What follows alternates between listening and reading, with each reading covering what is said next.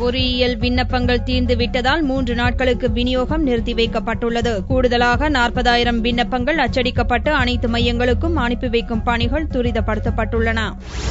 தமிழகம் முழுவதும் பொறியியல் படிப்பிற்கான விண்ணப்ப விநியோகம் கடந்த 11ஆம் தேதி துவங்கியது. 58 மையங்களில் விநியோகிக்கப்பட்ட 2 லட்சம் விண்ணப்பங்கள் அனைத்தும் மே 20ஆம் தேதியோடு விற்று தீர்ந்துவிட்டது. இதனால் மே 21, 22 மற்றும் 23 ஆகிய நாட்களில் விண்ணப்ப விநியோகம் நடைபெறாது என்றும், கூடுதலாக விண்ணப்பங்கள் அச்சிடப்பட்ட பின்னர் மே 24ஆம் தேதி முதல் அனைத்து மையங்களிலும் விண்ணப்பங்கள் விநியோகிக்கப்படும் என்றும் அண்ணா பல்கலைக்கழக துணைவேந்தர் மன்னர் ஜவஹர் தெரிவித்தார்.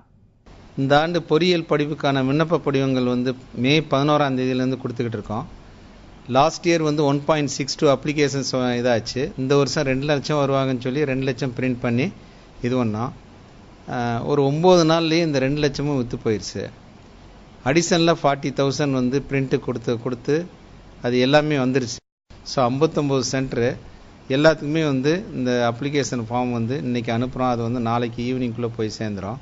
24ஆம் தேதி காலையில் 9:30 மணிலேருந்து 31ஆம் தேதி ஈவினிங் 5:30 வரையிலும் கொடுப்போம். சப்மிட் பண்ணுறதுக்கு டேட் 6/6/2012. விண்ணப்பங்கள் விற்று தீர்ந்துவிட்டது தொடர்பாக முன்கூட்டியே அறிவிப்பு வெளியிடாததால் அண்ணா பல்கலை வந்த மாணவர்கள் ஏமாற்றத்துடன் திரும்பினர். நான் விழுப்புரத்துலேருந்து வரேன். அப்ளிகேஷன் வாங்கலான்னு வந்தேன். தேர்ந்துச்சு 24ஆம் தேதி மேலே தான் தரேன் அப்படின்னு சொல்றாங்க. என்ன பண்ணு தெரியல. திருப்பி போயிட்டு அப்புறம் வரணும். நான் பிஇ படிக்கிறதுக்கு அங்க வந்தேன். 24க்கு மேல வர சொன்னாங்க. விண்ணப்ப விநியோகம் மே 30ஆம் தேதி வரையில் நடைபெறும் என்றும், பூர்த்தி செய்யப்பட்ட விண்ணப்பங்களை சமர்ப்பிப்பதற்கான தேதி ஜூன் 6ஆம் தேதி வரை நீட்டிக்கப்பட்டுள்ளதாகவும் மன்னர் ஜவஹர் கூறினார்.